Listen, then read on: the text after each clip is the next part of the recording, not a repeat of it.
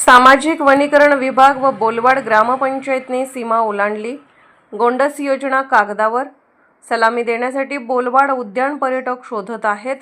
मिरजेपासून जवळपास 5 किलोमीटर अंतरावर असलेल्या बोलवाड या गावातील स्वर्गीय उत्तमराव पाटील जैवविविधता उद्यान उभारणीसाठी 2015 ला जवळपास 3 कोटी रुपये निधी मंजूर झाला आणि 80 लाखाच्या खर्चामध्ये 25 एकरमधील उद्यानाचे सुशोभीकरण करण्यात आल्याची माहिती वन विभाग सांगत आहेत।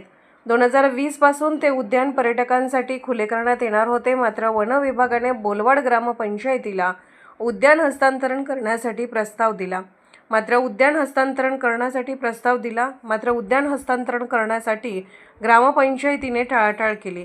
वन विभाग व बोलवाड ग्रामपंचायत यांच्या वादामध्ये या उद्यानाची अवस्था आज अत्यंत बिकट झाली आहे। हे उद्यान जर पाहिलं तर निश्चितच पर्यटक म्हणेल की शासनाचा एवढा मोठा निधी जर येऊन देखील सुधारणा होत नसेल तर दोष कुणाला द्यायचा। जिल्हाधिकारी डॉक्टर अशोक काकडे यांनी या उद्यानाच्या बाबत लक्ष देणे आता गरजेचे झाले आहे। वन विभागाचे अधिकारी सध्या या उद्यानाच्या योजनेबाबत सांगताना हात वर करत आहेत। बोलवाड ग्रामपंचायत देखील आपला काहीच संबंध नाही असे दाखवत आहे। सामाजिक वनीकरण मंत्र्यांची आम्ही शासनाचा निधी आलेला असतो, तो चांगल्या गोष्टीसाठी खर्च करतो, पण जागा ही ग्रामपंचायत ताब्यात असते। या वादात आज हे उद्या भग्न अवस्थेत पडून राहिले आहे, त्याकडे लक्ष देणे आज गरजेचे आहे।